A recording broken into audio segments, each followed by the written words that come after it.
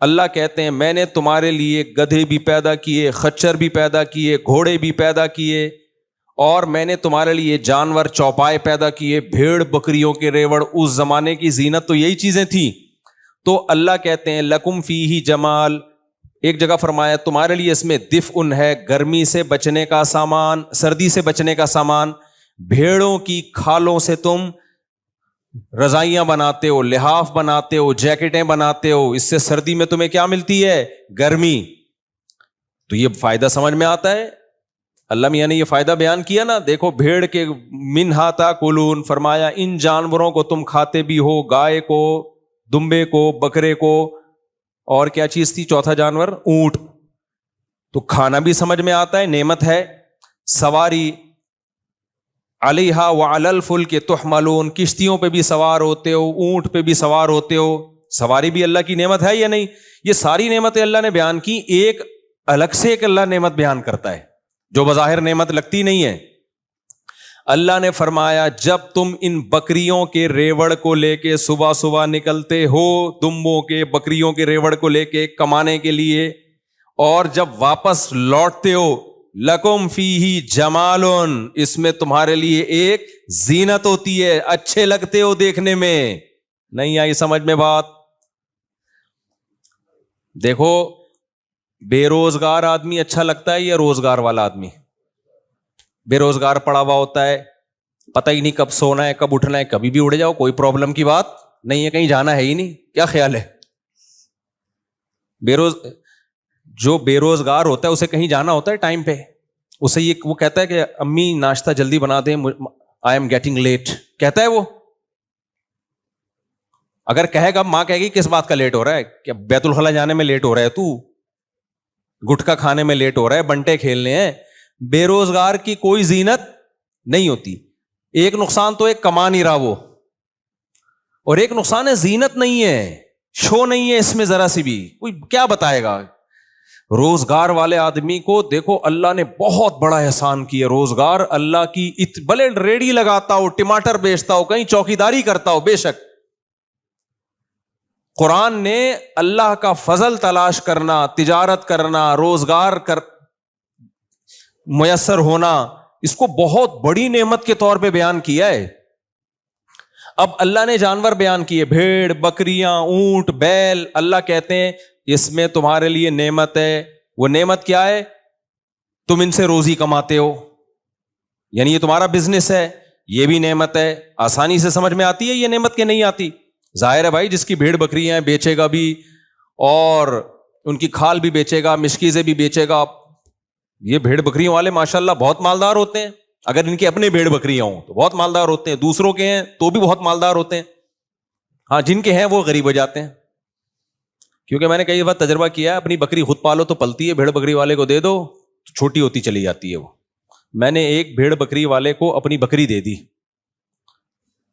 تھوڑی نا 6-7 مہینے کی تھی. میں نے کہا ریوڑ میں پل جائے گی, بڑی ہو جائے گی تو دے آنا. 6 مہینے بعد وہ اتنی کی اتنی ہی تھی, اس کے سارے جانور بڑے ہو گئے, ہماری بکری اتنی کی اتنی. پتہ نہیں کھلا نہیں رہا تھا کیا کر رہا تھا.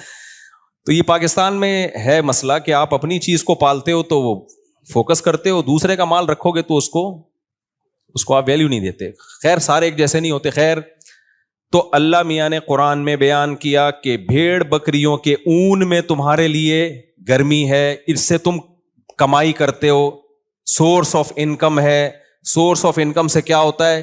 تمہارا گھر کا آٹا دال آتا ہے, بچوں کے اسکول کی فیسیں آتی ہیں. تو بھیڑ بکریوں میں وہ لوگ بھی داخل ہیں جو گوشت امپورٹ ایکسپورٹ کرتے ہیں. وہ تو اس زمانے کی مثال دی نا, آج کے زمانے کے لحاظ سے وہ ذرا ایڈوانس ہو گیا ہے, ورنہ بھیڑ بکریوں کا کام تو ہمیشہ سے رہا ہے. پوری دنیا میں سب سے زیادہ گوشت ان جانوروں کا آج بھی کھایا جاتا ہے, اس لیے یہ سب سے بڑا بزنس ہی ان جانوروں کا ہے. چاہے وہ چائنا ہو, چاہے امریکہ ہو, چاہے کینیڈا ہو, ان جانوروں سے انسان کبھی بھی مستغنی نہیں ہو سکتا.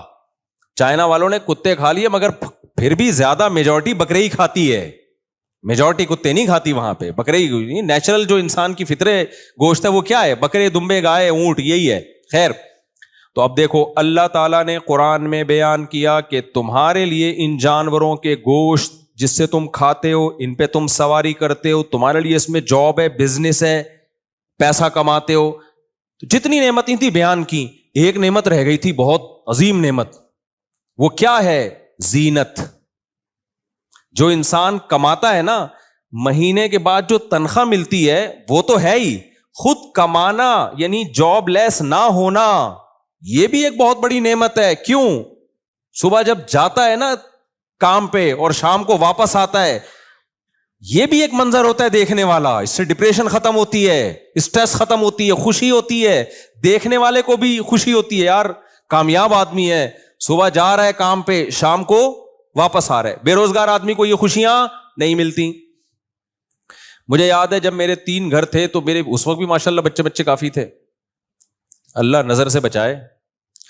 تو میں ایک دن نکلا ہوں, میں خود ہی سارے سودے لائے تھے. یہ ملازم تو اب رکھے ہیں نا بہت زیادہ, جب کام بڑھ گیا اور پھر سیکیورٹی کے مسائل اور پھر جا کے مجبوری میں ہوا, ورنہ میں سارے سودے خود ہی لے کر آتا تھا. اب میں سب گھروں کے لیے لا رہا ہوتا تھا, شاپر میں انڈے, ڈبل روٹی, آلو, پیاز, ٹماٹر. تو ایک بے روزگار سے میری ملاقات ہوئی.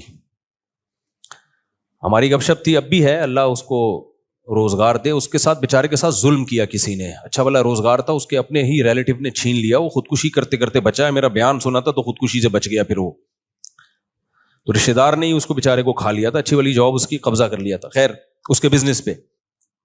تو میں جب آ رہا تھا نا, یہ سامان اٹھا کے, آلو, پیاز, ٹماٹر, گھر میں پرچیاں آتی تھیں. ایک دفعہ تو وہ پرچی مسجد میں نکل آئی. ایسے ہر وقت میری جیب میں نہیں, اس جیب میں ایک گھر کی پرچی, شلوار کی جیب میں دوسرے گھر کی پرچی, ادھر تیسرے گھر کی پرچی, اور پھر سب مسائل کی پرچی بھی ہوتی تھی. لوگ جو مسائل پوچھتے ہیں وہ بھی. تو میں جمعے کے بعد مسائل بتانے لگا, میں نے پرچی نکالی, اس میں تھا واپسی پہ 2 کلو ٹماٹر. میں نے کہا یہ کیا ہو گیا؟ تو پھر مجھے خیال آیا یہ غلط پرچی نکل آئی ہے. بڑے لطیفے ہوئے میرے ساتھ. ایک دفعہ کوئی اسٹیٹ ایجنٹ آیا, میں نے بزنس شروع کیا نا پراپرٹی کا.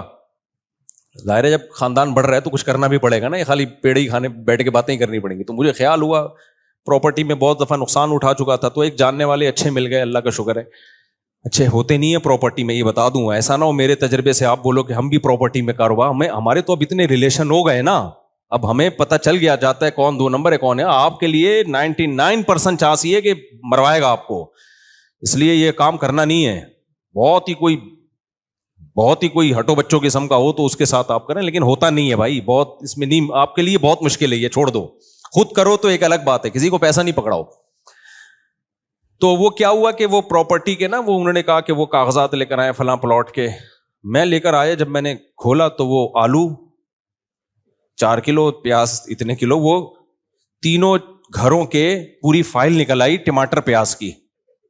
اب میں اس کو وہ دیکھ رہا ہے, کہہ رہے یہ کیا ہے؟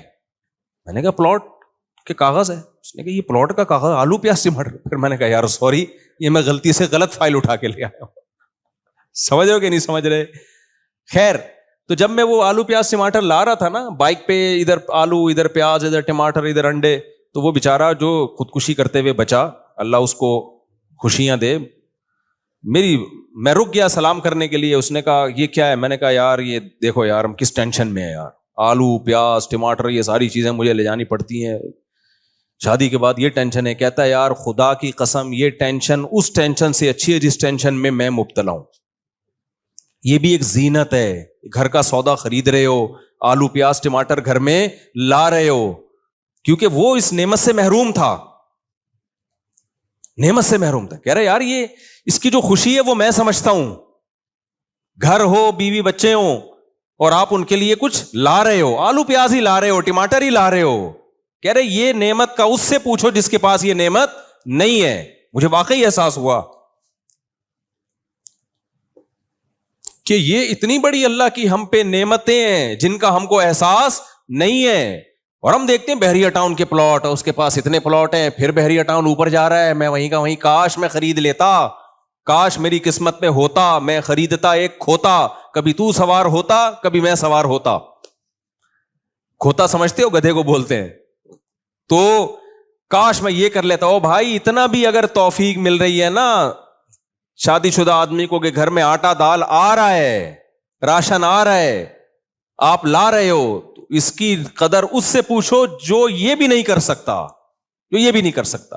تو میں بے روزگار کے وہ بتا رہا تھا آپ کو آداب بے روزگاری کے نا. بے روزگار آدمی جب صبح اٹھتا ہے تو اسے کہیں جانے کی دیر نہیں ہو رہی ہوتی, روزگار والے کو ٹینشن ہوتی ہے. بیگم یا اماں جو کنوارے ہیں وہ اماں کہہ رہے ہوتے ہیں اماں ناشتہ جلدی دو, امی مما جلدی سے ناشتہ دو, مجھے کیا میں آئی ایم گیٹنگ, انگلش بھی شروع کر دیتا ہے جیسی اس کی جاب لگتی ہے نا, آئی ایم گیٹنگ لیٹ, مجھے دیر ہو رہی ہے, پھر شام کو پہنچنا ہے. تو اس میں ایک زینت ہوتی ہے. ہمارے ایک جاننے والا بچہ ہے, اس کو کہیں جاب مل گئی, ابھی تنخواہ بھی نہیں آئی ہے, کرسی پہ بیٹھا ہوا ہے, سیلفیاں کھینچ کھینچ کے دوستوں کو سڑانے کے لیے بھیج رہا ہے. ابھی تنخواہ ملی نہیں ہے, لیکن میں دیکھ رہا ہوں اس کے طور طریقے, بیٹھا ہوا ہے کرسی پہ یوں اسٹائل میں, لیپ ٹاپ ایک سامنے رکھا ہوا, وہ بھی اس کا کھینچ کے نا اپنے سامنے کر دیا لیپ ٹاپ, کیونکہ اپنی ایک اس کی شان ہوتی ہے نا, لیپ ٹاپ سامنے بھی آفس میں بھائی ورک ہو رہا ہے باقاعدہ, اپنا لیپ ٹاپ بھی نہیں ہے, باس کا ہے, وہ تھوڑا سا سائڈ پہ کھسکا کے سیلفیاں بنا کے. تو مجھے کسی نے بتایا اس کی حرکتیں دیکھو, میں نے کہا کوئی بات نہیں, بےچارا خوش ہو رہا ہے, خوش ہونے پر گورنمنٹ کی طرف سے کوئی پابندی نہیں ہے, خوش ہونے دو یار, حلال کام پہ خوش ہو رہا ہے نا, کوئی ناجائز پہ تھوڑی, کوئی چرس کا بزنس تھوڑی کر رہا ہے. تو یہ انسان کو اللہ نے بہت بڑی نعمت دی ہے, صبح کام پہ جانا, شام کو واپس آنا. جامع ترشید ہم جایا کرتے تھے ماڑی پور سے, 30 کلومیٹر بائک پہ جاتا تھا میں, اور 30 کلومیٹر واپس پڑھانے کے لیے. مجھے یاد ہے اتنا انجوائے کرتا ہوا جاتا تھا میں, کیوں صبح صبح اٹھے, فجر کی نماز پڑھی نہ, ہماری کلاسیں بھی مدرسوں میں بہت جلدی شروع ہوتی ہیں, پوستیوں کی طرح 12 بجے ٹائم نہیں ہے, 9 بجے آپ لوگ کے یہاں دفتروں میں کام شروع ہوتا ہے, مدرسوں میں 7:30 بجے کلاسیں شروع, اس کی برکت بہت ہوتی ہے. سو رات کو سوئے, صبح فجر پڑھی, اس کے بعد ناشتہ کیا, اور بھاگم بھاگ لگا ہوتا تھا. میرے دوست بھی تھے میرے ساتھ, وہ بھی بائک پہ اکٹھے جایا کرتے تھے, تو ہم نے 1 to 5 لی ہوئی تھی, او جا رہے ہیں بھائی صبح صبح نا تیار ہو کے, اتنا ایک خوشی محسوس ہوتی تھی, حالانکہ کتنا تھکے ہوئے پہنچتے ہیں, تھکے ہوا پہنچا, پھر شام کو واپس آتے ہوئے ایک الگ راحت ہوتی تھی. اب شام کو کہاں جا رہے ہیں, گھر جا رہے ہیں, گھر جا کے چائے پیئیں گے, تو گھر والوں کے ساتھ بیٹھیں گے, والدین کے ساتھ, بہن بھائیوں کے ساتھ, بیوی بچوں کے ساتھ. ایک عجیب اس میں اللہ نے لطف رکھا ہے. دیکھو آپ کی کھوپڑی اگر صحیح کام کر رہی ہے نا, دل میں دنیا کی محبت نہیں ہے, خدا کی قسم اللہ نے انٹرٹینمنٹ کی بہت ساری چیزیں رکھی ہیں جن کو دیکھ کے انسان خوش ہو سکتا ہے. ہمارے ساتھ مسئلہ یہ ہے کہ ہم غلط چیزوں کے عادی ہو گئے ہیں, تو اب ہمیں جن چیزوں میں خوشی ہونی چاہیے ان میں خوشی نہیں ہو رہی. اب کسی کو چرس کی عادت ہو جائے, اس کو بھی روٹی میں تھوڑی خوشی ہوگی. تو یہ اللہ کا معاذ اللہ قصور نہیں ہے, یہ اس کا قصور ہے کہ جس چیز میں اللہ نے بے پناہ لذت رکھی تھی, اس نے اپنے آپ کو نشے کا عادی بنا کر وہ لذت سے اپنے آپ کو محروم کر دیا. اب اس کو تو چرس چاہیے, ہیروئن چاہیے. اسی طرح یاد رکھو اللہ نے حلال میں بہت لذت رکھی ہے, لیکن جس کمبخت کو گناہ کی, حرام کی عادت پڑ جائے, بدنظری کی, فحش فلموں کی, زنا کی, ان چیزوں کی عادت پڑ جائے, پھر اس کے لیے نیچرل لائف میں دلچسپی ختم. ورنہ جو زنا سے بچتا ہے اس کو بیوی بچوں میں ہی اللہ نے بہت اس میں محبت رکھی ہے, بیوی بچوں سے ہی بہت مطمئن ہوتا ہے جب وہ گھر پہ آتا ہے. لیکن جو حرام خوری کی عادت پڑ جائے, گرل فرینڈ کی عادت پڑ جائے, اس کے لیے گھر کی نعمت نہیں, اس کو گھر کا باہر پسند ہے. وہ کہے گا کہیں نالے میں سو جاؤں, گھر میں نہ ہوں. یہ جو حرام کاریاں ہے نا, اس کا دنیا میں عذاب ملتا ہے کہ اللہ اس سے خوشیاں چھین لیتے ہیں. تبھی تو ڈپریشن میں جاتے ہیں. اتنا کچھ ہو کے, دولت مندوں کو دیکھو آپ, سب کچھ ہو کے بھی کمبختوں کے پاس, جو دیندار نہیں ہے ان کی بات کر رہا ہوں, سب کچھ ہو کے بھی کمبختوں کے پاس سکون نہیں ہے.